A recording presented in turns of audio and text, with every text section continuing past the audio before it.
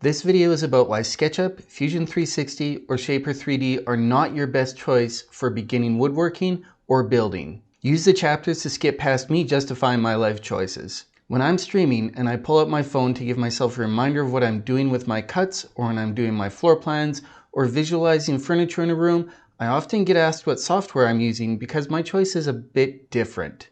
If you look on YouTube for woodworking software, you'll get a lot of people showing how they use various CAD programs or tools that claim they'll help you run your woodworking business like a serious, full-time, I put it in my Twitter bio, professional. They'll all give you the impression that if you're going to do woodworking of any kind, you're going to need to do some kind of CAD. I think that's a fundamental mistake. CAD has only been a thing for people to use at home very, very recently. At most, for the past 20 years, if you're an absolute nerd about both woodworking and computers, but realistically for most people, just in the past 10. What people used before was a pencil and paper. They just drew things. The software I like to use is basically still just that, but it makes it faster, easier, and more precise. And best of all, you don't need to learn how to use the program to use the programs.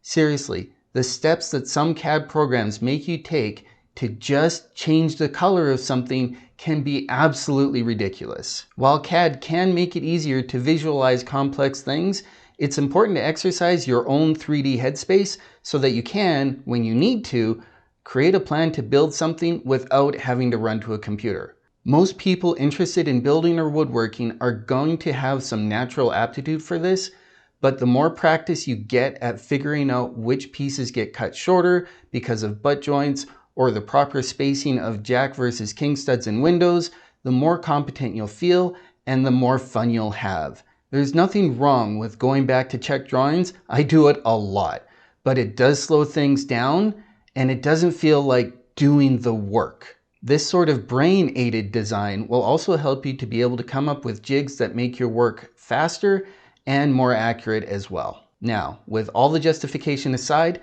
let's get to the software. I use an old program called Adobe Fireworks, but this video is more about the how and why of that choice rather than that particular program, which is good because Fireworks was discontinued over 10 years ago. Still works just the same though. I care about one primary thing when it comes to software for this. I need to be able to use numbers for both the scale of the canvas and the shapes I'm putting into it. A lot of programs will let you scale your canvas, usually depending on print size, but not let you have direct numeric control over the size and position of what you're drawing. Or they'll let you define the size of your shape, but not use XY coordinates to define the positions. Floor plan suites are especially bad for this. A lot of them only let you drag walls around while giving you a reading of distance. But if you want to say this room is 12 foot by 10 foot, you can't just type that in. So let's start with this example I have for an upcoming video on the floating shelves that I built for my waste of space. I can take my leftover piece of MDF that's 49 inches by 39 inches and build my canvas to dimensions that match.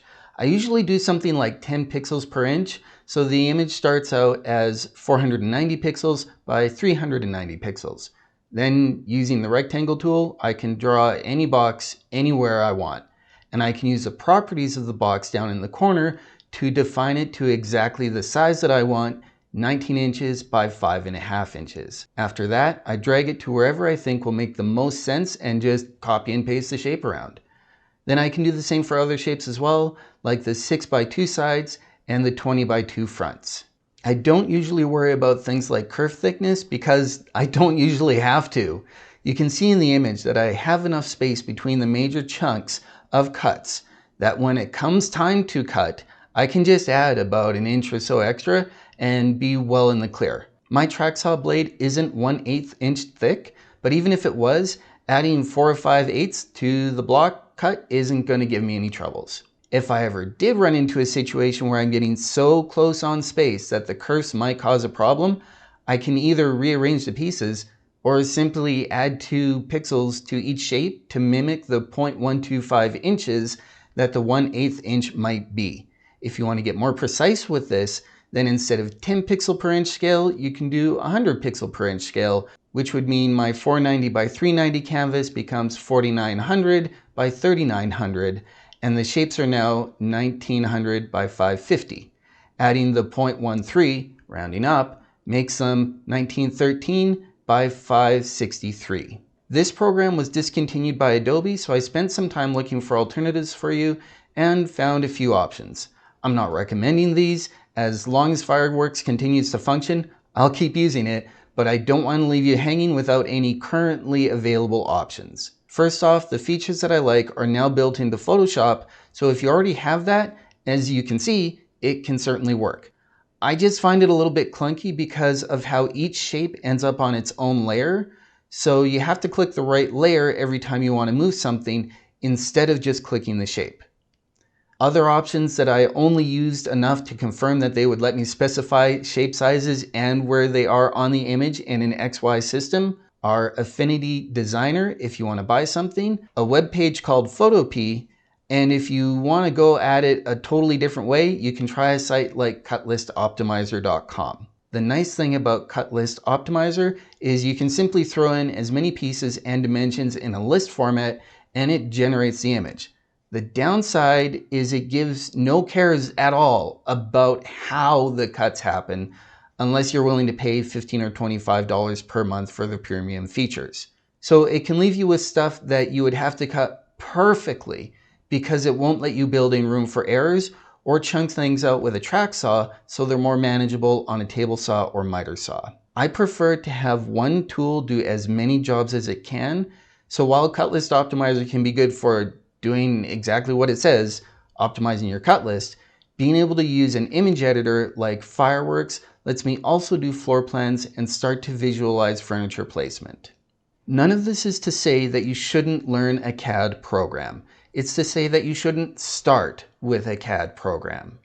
When your skills level up to the point that your projects are complicated enough to really benefit from CAD, you'll know. Hey look, I'm finally making an outro. I hope you liked whatever video that was. If you have questions about it, or really anything else at all, like actually anything, DIY, photography, weightlifting, Assassin's Creed, live streaming, you name it. I have a new dedicated questions channel on my Discord, link below. I'll be putting all the answers at the end of upcoming videos, and I'll tag you on the Discord when those answers are posted. The next video should be about something, and will get posted when it's finished. So